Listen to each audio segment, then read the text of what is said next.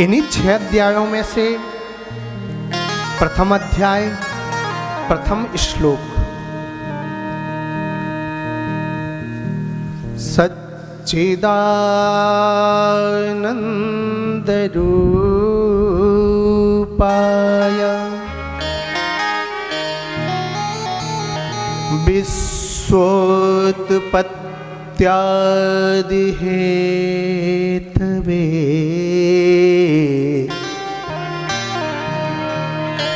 तापत्रय विनाशाय श्री कृष्णाय वयं नमः। सच्चिदानंद रूपाय विश्वोत्पत्त्यादि हेतवे तापत्रय विनाशाय श्री कृष्णाय वयं नमः।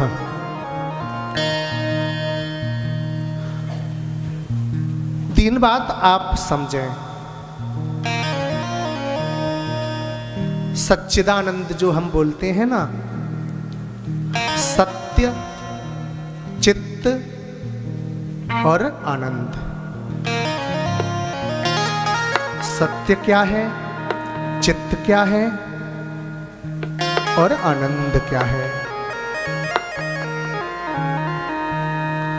सत्य कहते हैं अविनाशी को,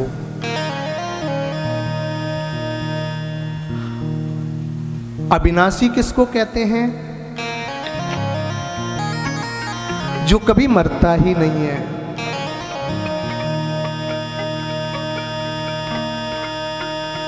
जो हमेशा अटल और स्थिर रहता है।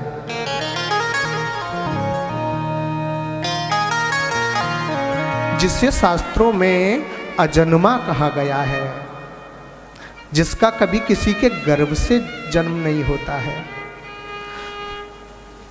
जब जब होता है प्राकट्य होता है, अवतार होता है।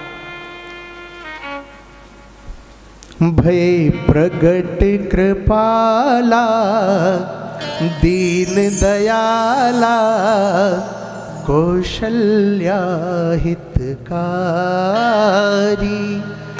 भय प्रगट कृपाला आया है ना, उसका जब जब होता है प्राकट्य होता है, अवतार होता है। वो कभी किसी के गर्भ में नहीं आता, वो गर्भ से परे है। जन्म मरण का जो कुचक्र है वो हम आपके लिए है। वो परमात्मा तो अजन्मा है, उसे अविनाशी कहा गया है, जिसका कभी विनाश नहीं होता।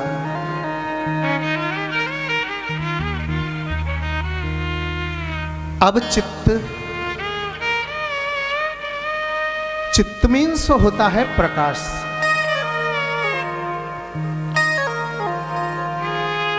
हम कोई अध्ययन करते हैं, कोई बुक पढ़ते हैं, कोई सिलाई बुनाई का कार्य करते हैं, तो हमें किसकी आवश्यकता होगी? रोशनी की, प्रकाश की। बिना प्रकाश के थोड़ी हम पढ़ सकते हैं। सुई में धागा हमको पोना है, कैसे पोएंगे? उजाला ही नहीं है तो प्रकाश चाहिए ना। ऐसे ही जो परमात्मा स्वतः ही प्रकाशमान है, जो प्रकाश की अद्भुत भव्य दिव्य मूर्ति है,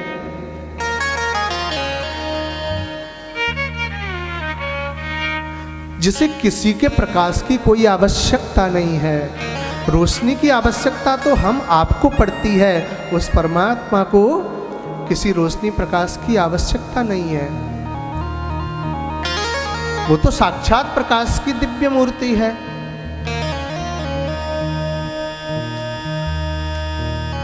जो साक्षात प्रकाशमान है। और आनंद, सभी का आपने उल्टा देखा होगा। धनवान का निर्धन, विद्वान का मूर्ख, आनंद का कोई भी उल्टा नहीं है। तो आनंद क्या है? आनंद एसी में सोने का नाम नहीं है। आनंद बड़े बड़े रेस्टोरेंटों में खाना खाने का नाम आनंद नहीं है। बड़ी बड़ी गाड़ियों में घूमने का नाम आनंद नहीं है। विदेशों में भ्रमण करने का नाम आनंद नहीं है। असली आनंद तो हमारे अंदर ही विराजमान है। आत्मा का जो ज्ञान होता है वही असली आनंद होता है।